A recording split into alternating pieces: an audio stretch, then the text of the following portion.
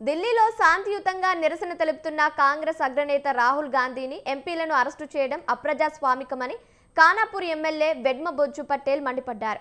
ప్రధాని మోదీ నివాసం వద్ద విద్యార్థుల నిరసనలపై పోలీసులకు చర్యలు వ్యతిరేకంగా కాంగ్రెస్ పార్టీ నాయకులు ఎంపీలతో కలిసి నిర్వహించిన ధర్నాలో రాహుల్ గాంధీని ఢిల్లీ పోలీసులు అదుపులోకి తీసుకోవడాన్ని ఆయన తీవ్రంగా ఖండించారు.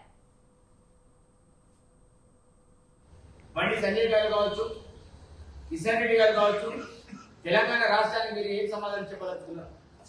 ఈ చరిత్రలో స్వాతంత్రం వచ్చి ప్రజాస్వామ్య దేశంలో ప్రజా సమస్యలపై శాంతియుతంగా నిరసన తెలిపే హక్కు ప్రతి పౌరుడికి రాజ్యాంగం కల్పించిందని, కేంద్ర ప్రభుత్వం ప్రతిపక్షాల గొంతు నొక్కే విధానాన్ని వెంటనే విరమించుకోవాలని వెడ్మబొజ్జు డిమాండ్ చేశారు.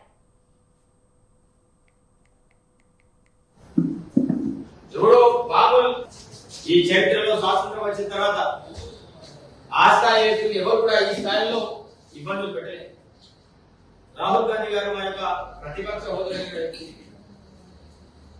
అలాంటి వ్యక్తిని ఈరోజు మీరంతా కూడా ఒక కాదని వ్యక్తిలాగా, ఎవడో బాబులు చిన్న ఉద్యమకారుడు లాగా, ఏదో సామాన్య కార్యకర్త లాగా ఒక పోలీసులు ఎత్తుకెళ్లే విధానాన్ని చూస్తే మనం